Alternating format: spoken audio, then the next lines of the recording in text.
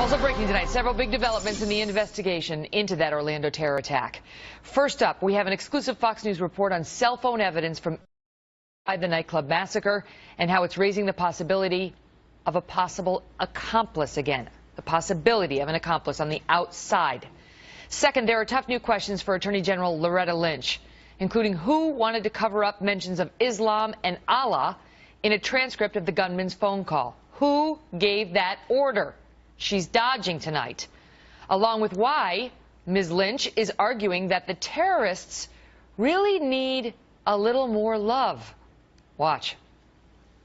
Our most effective response to terror and to hatred is compassion, it's unity, and it's love.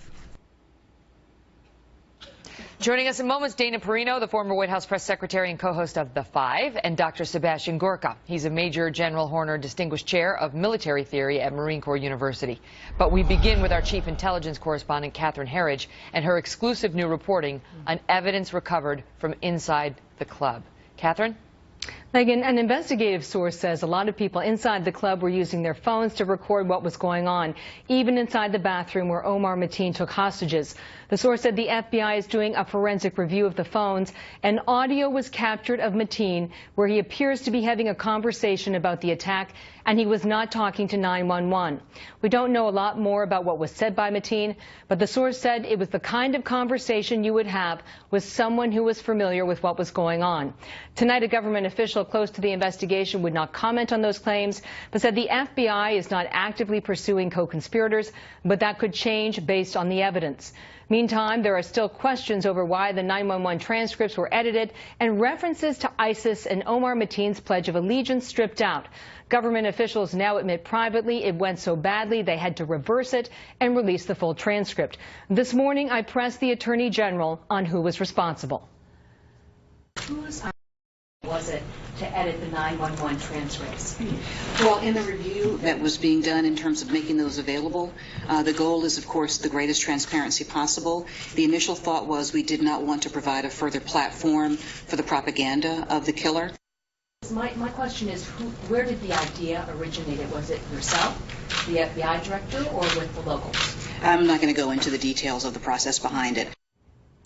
And what we've seen over the last 10 days is this emphasis on Omar Mateen as a lone actor who was not carrying out the orders of ISIS in Syria, and that this massacre was part terrorism and part hate crime, Megan. Catherine, thank you. Joining us now with more, Dana Perino and Dr. Sebastian Gorka, who's author of Defeating Jihad, The Winnable War. That's the doctor's good new book. Okay, great to see you both. So let's just start with that. You used to be in government. She won't tell us who gave the order. I mean, it's just very suspicious. Why don't you just come out and say, I was the one? Or who was it? Was it the White House? Is that why she won't tell us who told her to redact those transcripts? I sort of say, like, regardless of who it is, if you are on her team, you would probably be pretty happy with that today because she didn't answer it.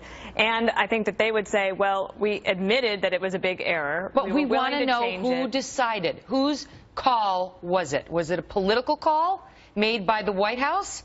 The White House has leaked out off the record that they had nothing to do with it, and this happens over the weekend. And they never changed the Benghazi talking points either.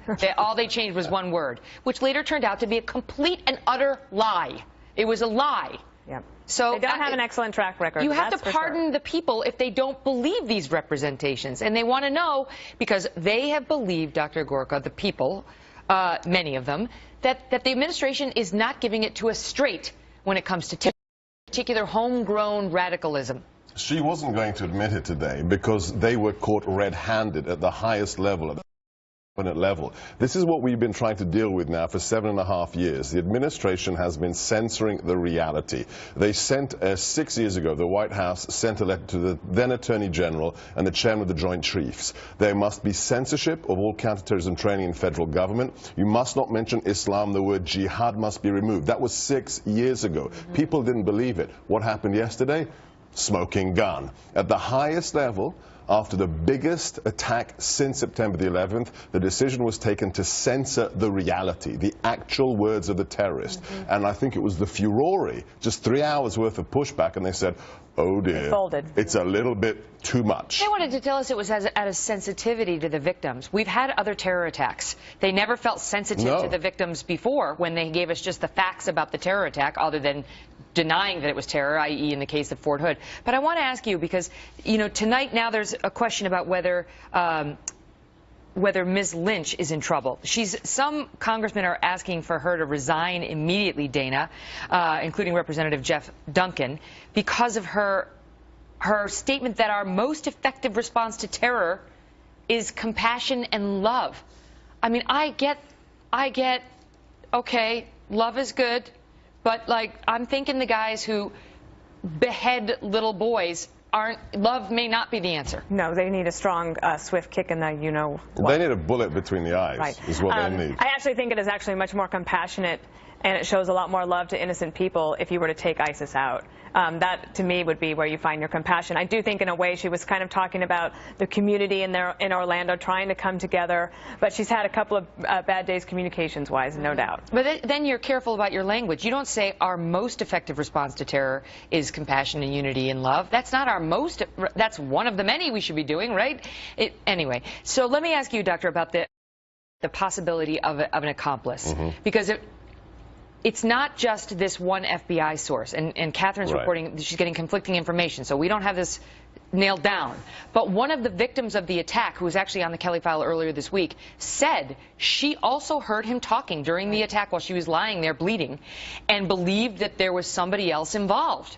This is very significant, because we have the transcripts of what he was saying to his wife, and it's clear the wife wasn't cognizant of what was going on, because he was asking her, have you heard anything about the Pulse Club? Have you heard anything on the news? So it's not her it's not her he's talking to. So if this is true, this means there's somebody out there who's an accomplice, or perhaps even a controller. This is exactly what happened in Mumbai. How big a game changer would that be? Enormous, because then the whole narrative of repressed homosexual identity and he was bullied as an overweight kid at school, blown out of the window. Then it is a real conspiracy, like Mumbai. In Mumbai, the attackers, 166 people killed in India, were in constant radio and satellite phone contact with their controllers in Pakistan. If this turns out to be somebody in operational connection, then this is huge. This means that ISIS could have a large conspiracy of operatives here in America. And don't forget that on Monday, it was FBI Director Comey, who is usually a very cautious person,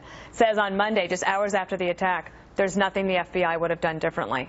So as you get a week or 10 days after this event, and you have an investigation that's still turning up new evidence, but the FBI said in the hours after the event, there's nothing we would have done differently, they're going to have to go back and eat those words as well. But you tell me, because we also have a president who says he's not going to do anything different at all. I mean, there's no change in our plan, none. That's right. And is it like a lame duck thing? Because, you know, we might still get attacked by terrorists between now and November, or next January. I think, so President Obama would say that he's done all that he can to make sure that the next president has what they need in order to But that's not good enough. It is absolutely not good enough. And when they speak, they have several audiences all at once. Our enemies are listening, and they think America is still weak, and going into an election where you see America is divided, they kind of feed off of that. Our allies are thinking, so is America going to get back in the game and start leading us again? And the military is like, we're ready to go, because we want to help stop the problem. Your viewers need to understand one thing.